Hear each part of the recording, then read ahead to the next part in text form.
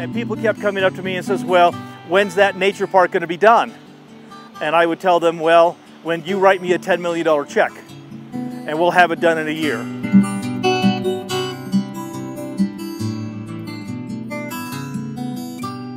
It's not a time to tell you the story about the Cedar Canyon Nature Park and how it came to be. This beautiful piece of property was donated to us by Utah Power, who is now Rocky Mountain Power. And about 20 years ago, my board of directors for the Southwest Wildlife Foundation decided that we needed to have a permanent home for not only the wildlife rescue, but our wildlife educational programs as well. And I completely agreed. I'd love to get the wildlife rescue out of my home and get my house back.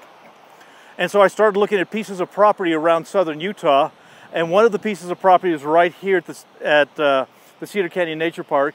And this property was owned by Utah Power. Utah Power had an old coal-fired power plant sitting on the property, and they were generating electricity for the Cedar City community. Well, about 35, 40 years ago, they decommissioned the power plant, they tore it down, and this property has sat vacant ever since. And so I approached Utah Power and explained to them, wouldn't this be a beautiful place to have a nature park?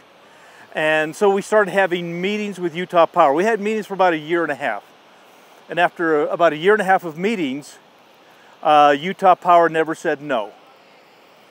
But they didn't say yes either.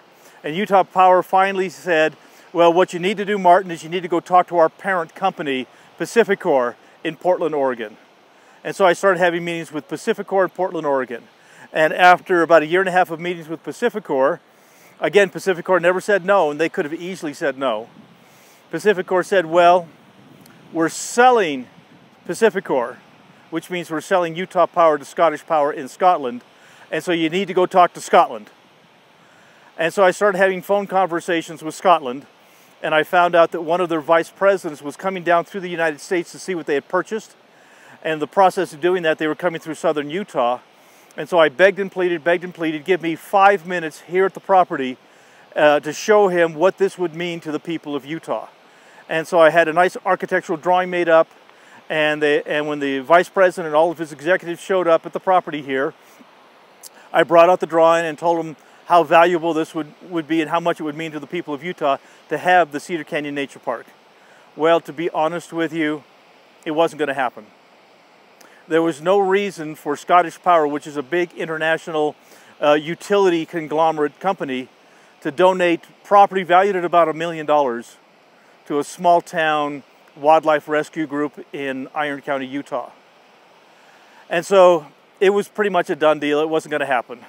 Well, they were getting ready to leave, and I told the vice president of Scottish Power that I brought a friend that I would like you to meet. And he says, well, who's your friend?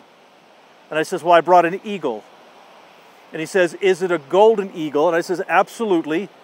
See, there was a sense of national pride with the reintroduction of the golden eagle back to Scotland, just like the bald eagle here in North America. And so, of course, you know, that's my thing. I know that. And so the vice president of Scottish Power says, oh my God, I've got to get my camera. So he gets his camera, and we do a nice little photo shoot with my golden eagle bud and the vice president of Scottish Power.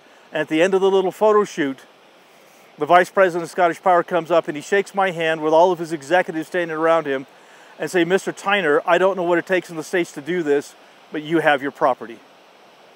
And so my golden eagle bud got us this beautiful piece of property to build this beautiful nature park.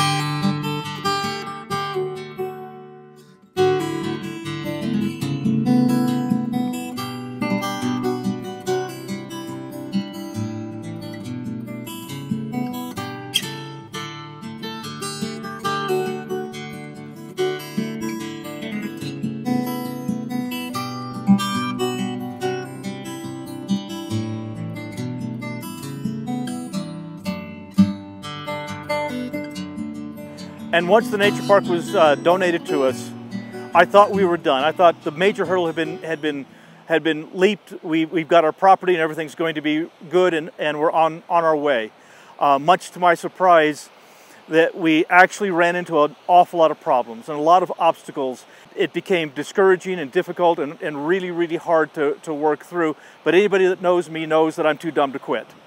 And so I kept providing wildlife programs, and I kept providing wildlife rescues, and we kept providing free campfire concerts for the community here at the nature park with music, and we'd roast marshmallows and make s'mores, and free for the community. And much to my surprise, something really amazing happened. The people here in Cedar City, not necessarily the movers and shakers, the people who could really help us, but the community itself really started rallying around the Cedar Canyon Nature Park. The people of Cedar City voted me Cedar City Man of the Year. I was truly honored that the citizens of Cedar City wanted to honor me in that way. We received this nice little glass trophy, and the thing that really counts is because of that, the Cedar City Council has gotten a little more interested in what we're doing. The new mayor of Cedar City is interested in what we're doing. We're starting to get the community support that we should have had 20 years ago. Is starting to come through, and so we've got our bridge built. This is actually something we're extremely proud of. This is our first permanent structure here at the Cedar Canyon Nature Park. This bridge was. The money was raised and it was built all locally. The bridge is really the symbol of what the Cedar Canyon Nature Park and our volunteers can do. Come on, I'll show you the bridge. This is, like I said, we're very proud of this bridge. This bridge, we used a local structural engineer to design the bridge. The bridge is 96 feet long. It was actually the longest steel structure to be towed down Main Street in Cedar City. The bridge was built by a local steel fabricator here in Cedar City. The bridge was painted by volunteers. The decking was put down by volunteers. We bought all the materials locally right here in Cedar City.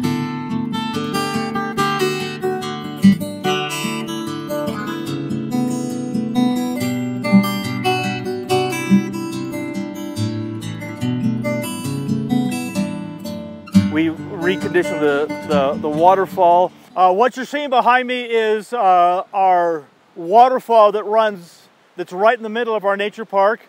We have what we call Coal Creek, which is a stream that runs through. The waterfall is a historic site. It was built in the 1930s as a CCC project, Civilian Conservation Corps. And so it was a work project for people who were unemployed during the Great Depression. And so it's a historic site. Our organization, with the cooperation of Cedar City and a highway grant, was able to restore the waterfall to its current glory right now. There isn't a nature park in the country that wouldn't give their eye teeth to have a waterfall like this in the middle of their park. And so we're very, very excited to have it here. We're in the process of finishing up beautiful, beautiful restrooms for people up here. And now the next stage is to build the visitor center. And when the visitor center is built, then we'll start building habitats for non-releasable wildlife, and we'll start to build the wildlife rescue center, and the Cedar Canyon Nature Park will be off the ground and running. And so that's the project, that's the dream.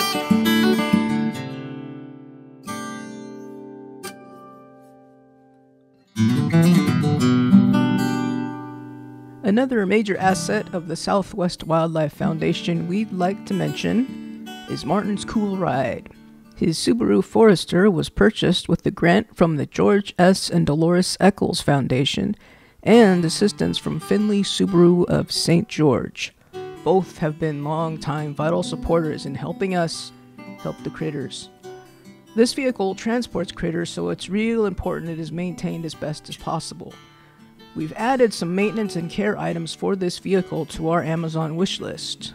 The Subaru will soon need 4 new tires, so 4 people could really help us out and the critters for many, many miles by selecting a new tire from the wish list. We are all so grateful for every single big old box from Amazon that Martin has had to lug home, and we're so grateful for your interest and your view and your share and your subscribe and your like.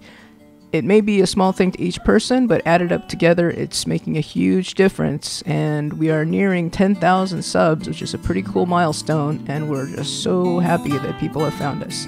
Thanks a lot.